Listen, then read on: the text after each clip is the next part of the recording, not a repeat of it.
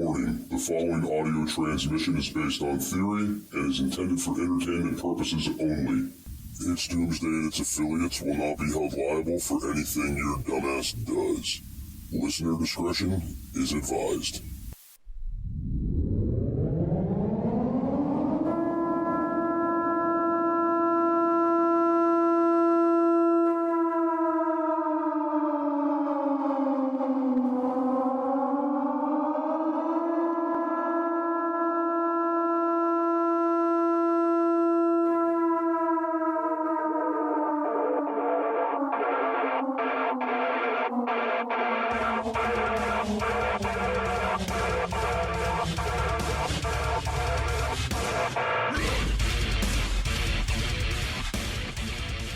Welcome, everybody, to It's Doomsday Podcast. Today is June 11th, 2023. Time is 1937, and joining me, as always, actually back from a little mini vacation, is Al. What's up, dude? How you doing? Hey, I'm back, man. You know, we've been so dry here in Arkansas for the last month. I like to blew away. So, you know, we're finally getting some rain. I'm back. I come back with the rain. Is that not strange or what? Well, let's just hope that the rain doesn't interrupt your signal too bad. I hope not. But, you know, we've been so dry here for the last month or so that the crops look beautiful, but I'm wilting because it's been hot too. So I'm glad to be back. I didn't die. You know, I mean, how was that old thing? You know, my demise has been well worn over, but I'm still here. You know, that's something like that. I don't remember how that goes, but anyway. You've postponed your funeral. Yes, I post for a little while. I put that off for another 30 days or so. So, okay, what I wanted to get into today, Al, you've heard about the wildfires in Canada and air quality here and all this crazy stuff that's going on in regards to the far north, our neighbors to the north, and what's happening there, right? Yes, sir. We actually have the dust and the haze here that's coming from Canada, believe it or not, all the way down here in Arkansas. All right, so what I wanted to talk about on today's show, and if you're new here, subscribe. Click that follow button. Leave us a review. Leave us a like, okay? Absolutely.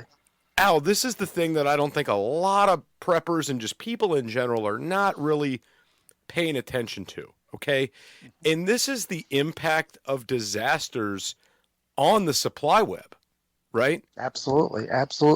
And I'm not just talking about just here in the U.S., but I'm talking about the global supply web, all right? Yes, sir. So a lot of people out there do not know where their food comes from. But just to break this down, to make it easier to understand, and I know Al and I have had this conversation in the past on the show about how everybody thinks that milk just shows up at the grocery store or the ground beef is just magically provided. Nobody's thinking about that guy that unpacks that meat and puts it on the shelf. And then from there, the truck driver that delivers it. And that guy picking it up from the meat processing plant. And then that cow getting sent back to the farm. Imagine all these steps in reverse to get your food and how badly just the food can be cut off in the event of one of these disasters. Right. Just like I said, we've been suffering from a very small drought here in Arkansas, 30 days without rain. Imagine if we went 90 days without rain and we didn't have water to pump to the crops. You know, Arkansas is in the breadbasket of America. You could literally be cut off from rice, corn, wheat, cotton, I mean, many crops just with us here in Arkansas. So let's talk. Okay, so there's a bunch of different kind of disasters that play a factor in with this, right? Yes, flooding could wipe out crops. It could wipe out livestock. We've seen that happen, right? Many times. Yes, and not to mention flooding can take out bridges. It could take out roadways. Truckers will have to find new routes around rising waters in order to deliver. A lot of the times they can't, and they have to wait it out. And then that's just one scenario. That's just the flooding side of that. Okay? I agree. Think about this though, and I don't think anybody's putting these ideals together. So whenever there's a natural disaster and you have like local or federal or state law enforcement come in or someone like FEMA come in and they start shutting down roadways, regulating where people are going, evacuating areas, things like this. they're not evacuating the food out of that grocery store. They're not keeping routes open for truckers to bring in supplies, right? True, very true. So if you're in one of these areas and you have one of these floods and your town is evacuated, it's shut down, that town now has to be resupplied, okay? This could take weeks, this could take months, all right? Living in Florida, every time hurricane season hit, I watch people buy out the grocery stores of absolutely everything. Okay? I did too. I lived there too. Believe me, I've seen it many times. Now, I'm going to get a little bit preachy on this episode, all right? Because I'm going to tell you what a lot of these people went out and bought was the bread, the milk, the eggs, perishable foods, things that are going to go bad in a very short period of time, right? Right. So I always would tell people in that moment, like, buy the canned goods, buy the long-term things like the pastas and this and that and the other, okay? Are you looking for something kick-ass to add to your closet? Reaper has the hookup for t-shirts, hoodies, button-ups, hats, beanies, and plenty of other badass products. You can check out Reaper Apparel Company at www.reaperapparelco.com and use code DOOM10 for 10% off. Jester only stands behind brands he believes in, and Dan at Reaper Apparel has a mission, and Jester is on board. Go check out www.reaperapparelco.com today and use code DOOM10 for 10% off your entire order. Why be a sheep when you can reap? Use code DOOM10 for 10% off at www.reaperapparelco.com today. And we're going to take a turn into a different world today on the show because I am now at the point, Al, where I have to rotate my food stocks, okay? Yep. Al's, I'm sure you've seen some of my videos online about like my food stocks, my little shelves and things I have and stuff like that, right? Yes, sir. You have to rotate. Right. Every 6 months, you have to rotate these items. And I mean, you should probably do it a little bit more than that. But what I do is I go through about every 6 months or so, and everything that's either expired or that's going to expire within the next 6 months, I move to the front of the line. So it could get used up or it can get donated, right? Right on. We all do this. And I'm not bullshitting when I say this, Al, that I am like so over this rotation. I'm so done with it. So I sat down, I had a conversation with my wife. I said, listen, this next rotation, we are only replacing with survival food. Like that's all we're doing. We're going to replace with survival food. If I'm putting something in this storage area, if I'm putting something in here, I want it to have that 25-year shelf life. I want it to be long-term sustainable. I mean, I'm really getting sick of going up there or going in there and rotating my stocks every 6 months. Right.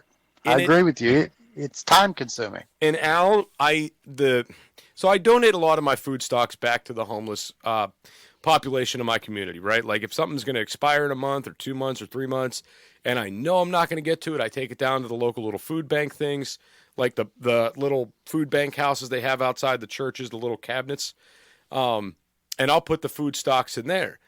But I started coming to realize, and this is like an epiphany I had, was how much money I am just pushing down the drain. Every time I miss a can that's expired, every time I forget to go up and check for things, every time I don't get to use something or something goes to waste, it's a lot of money wasted. And I came to this conclusion in my mind that I would probably save money in the long run if I'm stocking long-term foods. Right. Instead of rotating every 6 months, you're rotating every 25 years. So yeah, exactly. I'm with you on that. So let's talk about a little bit about the earthquake side of this. All right. Okay. Al, what's the one thing that's usually affected during an earthquake?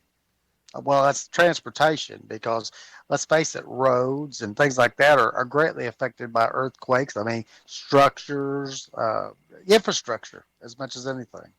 Right. And my thought in my head was as soon as there's an earthquake. You're losing public utilities. Okay? Right. You're losing electric, you're losing gas lines, you're losing water lines. These are what you're losing, right? So imagine if you're in an area that's just like mom and pop grocery stores and they can't afford to have these big backup power systems, they're done. Yep. Everything that they have on those shelves that needs to be refrigerated or frozen, it's out. It's gone. I know that there's a safe zone of time with this. I can't remember what exactly it is, but there's been many times I've had storms hit here and we've lost power, and I go in and there's workers in the freezer section or in the refrigerated section emptying everything out and throwing it away because it went past that allotted time limit, right? It happens all the time. It absolutely does. So think about this instance. Don't even think of think of the great disasters, obviously, because this is a motivator for everybody to get on board with stocking up and being ready for something to happen. But also, it doesn't have to be something big. A 10-hour power failure could render food unedible in a grocery store, and it would then have to be tossed. All right? And it happens in many countries, Jester. There are rolling brownouts and rolling blackouts. We're one of the only countries on the planet that has a steady power supply most of the time. Now, there's one thing that happens during these natural disasters, Al, and I'll give you a hint. It rhymes with shooting. Can you guess the word I'm thinking about? Rhymes with shooting. I don't know. What would it be, Jester? Tell us what it would be. Looting. Looting and shooting. They go together, sort of like peanut butter and jelly. Yeah, which you will not get at the grocery store because it's just been looted. That's right. It's gone. You know, people don't go in and get the cheap stuff. They go in and get the expensive stuff. You know what I mean? When they start looting. So remember that, folks. Right. Yeah, they're not buying great value peanut butter. They're grabbing that Jif All Natural. Yes, they are. And it's got to be Smucker's, Al. Absolutely. Well, you know, I'm a great value guy in a lot of ways because I get my wife to go to the big box stores. I'm not going, but I get her to go. But you're right. You're right. No, so Absolutely. I mean, just in the event you have these grid failures, in the event of an earthquake or flooding or any of these things, they usually come with looting, right? Yep. Which further depletes the food in your area. And I know we're harping a lot on food in this episode, but there's a point to this, and the point is food is not a lot of people are stocking food, okay? And I'll tell you what, we saw this during the pandemic where the country physically could not shut down all the fast food chains for this 2 weeks to flatten the curve because so many Americans are reliant on fast food because they don't cook. They don't know how to cook. That's absolutely fact. They don't buy groceries, right? That's a fact. So say you have a McDonald's, a Burger King, and a Wendy's in your town, and those are the only fast food chains you guys have. Al, have you ever seen McDonald's or Wendy's or Burger King have floating semi-trucks where they could boat in food? No, I've never seen one. Never seen one. And I mean, there could be some areas around the country that maybe have this, but I haven't seen security posted outside of fast food chains. No, never. No.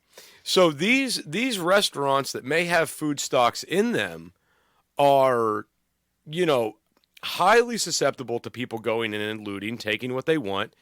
They are very susceptible to their food getting destroyed, going bad. If they have power failures as well, whether it's due to flooding, earthquakes, hurricanes, tornadoes, all of the above. Okay. And they also don't keep a large stock of food on hand, Jester. They get service 2 or 3 times a week to replenish their supply. I can't remember who exactly it was. It was somebody that my wife knew. Okay. And this girl worked at a Starbucks, and there was like a brief power outage for maybe a day or two, something like that. Do you have enough food in your pantry for when disaster strikes? Go to www.readywise.com and utilize code DOOM10 for 10% off your entire food order. ReadyWise offers long-term food storage items such as chicken and beef that last up to 15 years. But that's not all. Go to www.readywise.com and use our code DOOM10 for 10% off of organic food as well. Offering chili, pasta, and soups, they have you covered. Did we mention they have fruits? Bananas, blueberries, strawberries, and apples, just to name a few. With many more food options for your home, car, or bug out bag, ReadyWise has your six. Go to www.readywise.com now and utilize code DOOM10 for 10% off. Due to I think it was a hurricane that came through Florida at the time. All right. And basically they had to throw away everything that was in that freezer because of the power outage. Well, I guess this girl started taking all the stuff home because it was still frozen solid. But corporate said it's got to go. Yep. So even think about that for a second, that these corporations are like, we're going to dump all of our supplies and then restock. So imagine how long that's going to take them to do, to dump everything they have and pull things back in, right? Right. Okay. I agree with you. And also, Jester, these stores, if things get bad enough, they start to loot, they're simply going to lock up. They're not going to lose too much money. They're not going to lose their property or anything else. They're not in the business of losing money. So, yeah, if that's your only thing to fall back on, you might be in trouble. So, you guys can go out there and look up online the things we're talking about and how the supply web is affected by these disasters. But just like a few examples of this, the 2011 earthquake and tsunami in Japan, all right? $210 billion in cost. GM and Toyota and Nissan had to shut down because they weren't able to get parts, and they were in the U.S. All right? Yep. Well, Puerto Rico, the hurricane of 2017, right? Same thing.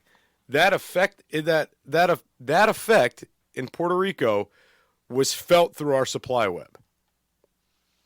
We had a situation happen here 2 years ago with the I-40 bridge going into Memphis. One of the main veins of truck travel in America was shut down for about 30 days due to the bridge being unsafe to travel. And it's a huge bridge. Thousands of cars and trucks go by every day.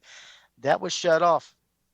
Millions and millions of dollars of materials had to be rerouted, backdated, just didn't get to the where it's supposed to go for a month. So it happens very quickly. Now, I know I'm stressing the food a lot here because this is the thing, guys. The food, you guys should have a disaster plan in general in case something like this were to happen, okay? And because everything's going to be affected. Pharmaceuticals, batteries, building materials, food supplies. Everything is affected by these disasters. However, the food is the one thing you can take control over. All right? Yep. That is the one thing you have. You can't go to your doctor right now and say, hey, doc, Jester here. I would like to get a 2-year supply of my blood pressure meds, or hell, I want to get a 6-month supply of my blood pressure meds just in case we get hit with a tornado and things get shut down and I can't get my meds. Right. Typically, they don't do this. The doctors don't do this. And if you're on any kind of medications that are regulated, like if you're on antidepressants, something like that, they're going to be like, no, dude, we're not going to give you a 6-month supply in case there's a hurricane. Right? They're going to look at you like you're nuts and they're going to say, nope, we are not doing that. However, the food is something you can control because you could stock now, you could have it now, you could have it on the shelf, you could have it on the pantry, you could have it in the garage, wherever you want to put it, and it's going to be there for 25 years until that disaster strikes. Yep. Right? You can affect this. This is a safety net that you can actually set up for yourself right now. Exactly. Now, don't get me wrong. I feel like if you guys listen to the show regularly, if you're new here and you just subscribed, you go back through our past episodes, and this is all we do is disaster preparedness. Yep. That's all we do. That's it. And we help you guys get ready. We help you guys formulate plans. We tell you guys where to save money, tell you guys where you're going to lose money, and we try to help you based on the knowledge Al and I have put together over many years of doing this. Fire is one of the most basic essentials for survival. Whether you're camping, hiking, or preparing for disaster, Blackbeard has your six. Go to www.blackbeardfire.com and utilize code DOOMSDAY for 10% off your entire purchase. Blackbeard offers stormproof matches, plasma arc lighters, fire starters, and ferro rods, all of which are great for your bug out bag. Once again, go to www.blackbeardfire.com and utilize code DOOMSDAY for 10% off your entire purchase.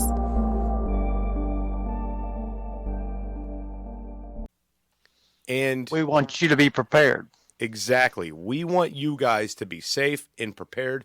And I'm going to tell you what, whatever kind of disaster it is, if you make it through that initial ground zero strike of that tornado, hurricane, earthquake, flood, etc., the next thing you need to be severely worried about is interacting with an unruly, psychotic, crazy, starving society. Right. Let people get hungry and find out how stupid they can get. Yeah, that's exactly right. And I mean, my preparedness plan, unless my house is on fire, I am not leaving. Nope. I'm buried like a tick in here. I'm telling you, I'm not going anywhere. But I mean, that's it though. That's the big thing here that people aren't realizing is that a lot of people think, oh, well, I'll just go to the store after it's over, or I'll do this and I'll be fine. And it's no big deal. And this is the thing, all these situations we talk about, they're all very unpredictable. Okay. And there is no control you can have over these scenarios. That's it. So you don't control the weather. You don't control the earthquakes. You don't control the floods, but you can make sure that you survive it or have the better chance of surviving it. Listen, I'll tell you what, man, the last hurricane I went through in Florida, our power was out for over a week. Okay. And it was screwed up all over the state. I think it was Key West got hit really bad. All right. And we had power companies coming in from all over the U.S. to restore power. It took a week to get power back onto the majority of the people that got outages. What do you think happened to all their food in their fridge? It all went bad. It all went bad. See, What I about was lucky enough. Well, I'm sorry. What about Go a ahead. cyber attack? What about a cyber attack? I mean, we could suffer a cyber attack in America at any moment. I mean, let's face it, it could happen. And if we did and the power grid was affected, there could be large swaths of America that just doesn't have power.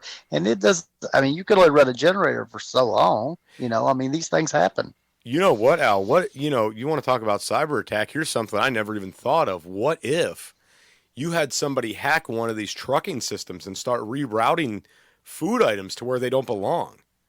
Right. All of a sudden, your Walmart's not getting milk. It's not getting eggs. It's not getting bread. What about all the crops and, things like eggs and beef and things like that simply just aren't there right now because, I mean, we've had other minor things that have happened. So, anything that knocks a leg out of the stool of infrastructure makes you fall over. I mean, that's just part of it. Yeah. And again, this is, back in the day, I remember, growing up and like not being a prepper, not being into preparedness or anything like that, just kind of living in the middle of nowhere in the country, Al, and just kind of rolling with the punches during power outages and stuff. And it was like, I remember my parents, they would always be on this kick. We need candles and paper towels. That's all we really need, and we'll be fine. Yeah. Paper towels. Yeah. And then I remember like when we would have these power outages, like, we would eat in the house, we would eat chili. That was the thing, because there was always canned tomatoes, there was always canned beans, and we knew the ground beef was going to go bad, so we made a ton of chili, dude.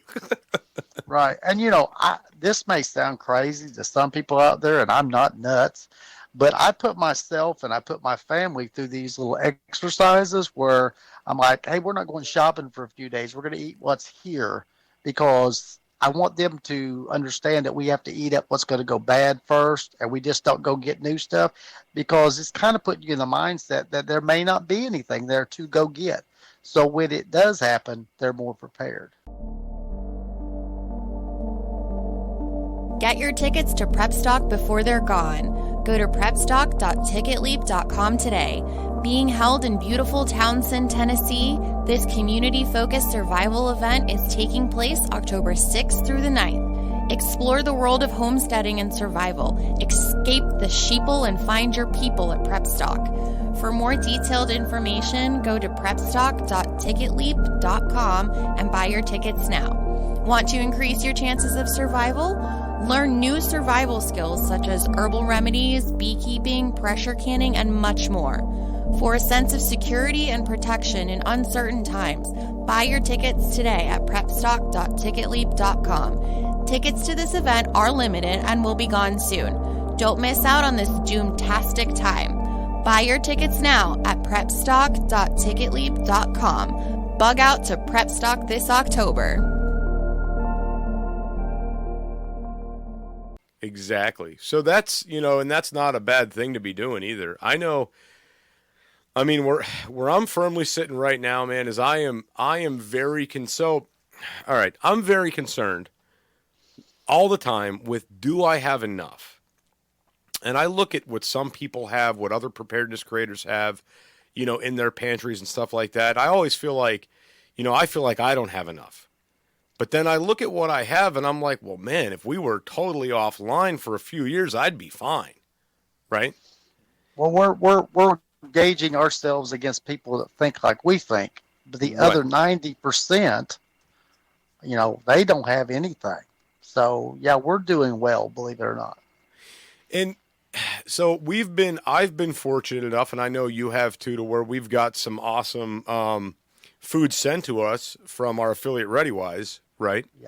Yep. They've sent us stuff, and I've been continuously getting stuff lately. I mean, I've got a good bit of stuff now that they've sent out.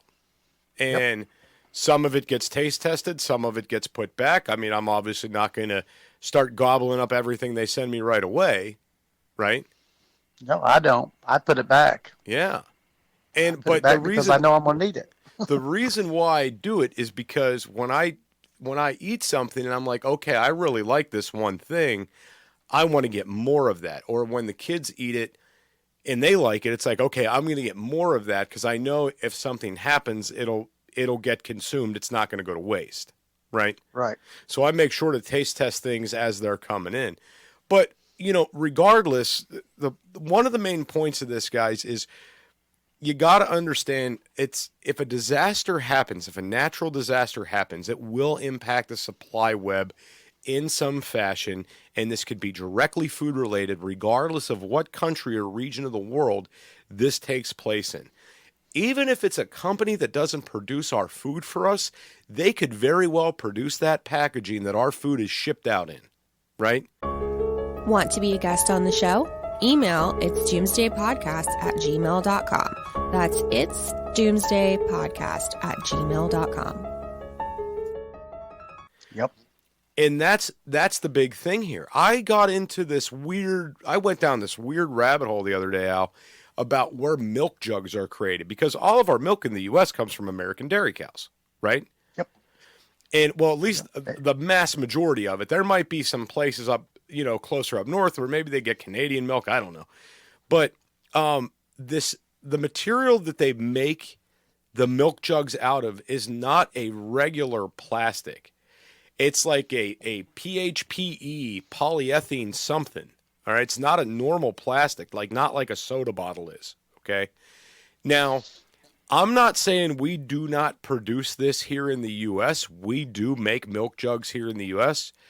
But guess what country out there holds the trophy for production of this material? Let me guess. That would be probably China. Yes. China.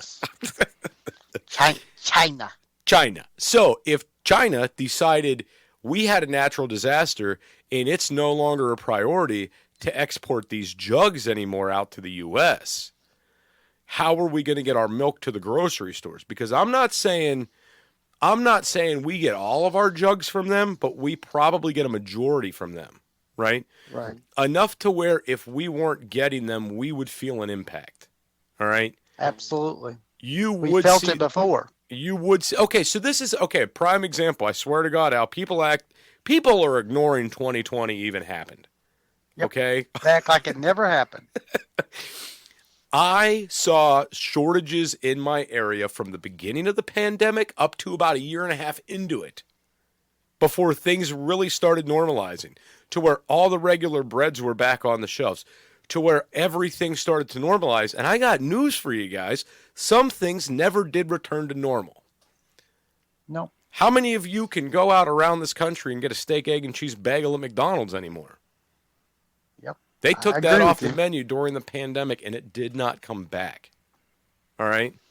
So what I'm getting at is even something as simple as a country not being able to ship out a product could very well impact what you get into your pantry or what you get into your refrigerator or what you get into your deep freezer.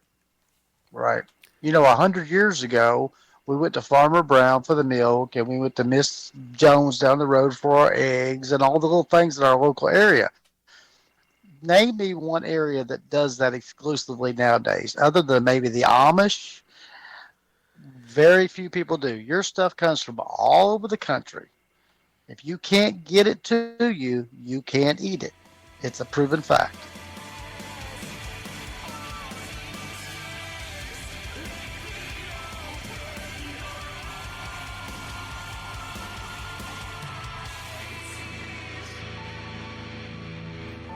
This is an emergency action message. At approximately 1 a.m. Eastern Daylight Time, NORAD is tracking 15 ICBM nuclear missiles inbound to the following cities: Orlando, Miami, Pittsburgh, Dover, Newark, Richland, Philadelphia, New York City, Baltimore, Los Angeles, Las Vegas, Boston, Seattle, Detroit. This is an extremely deadly situation. Stay tuned. The next emergency message will be a presidential address.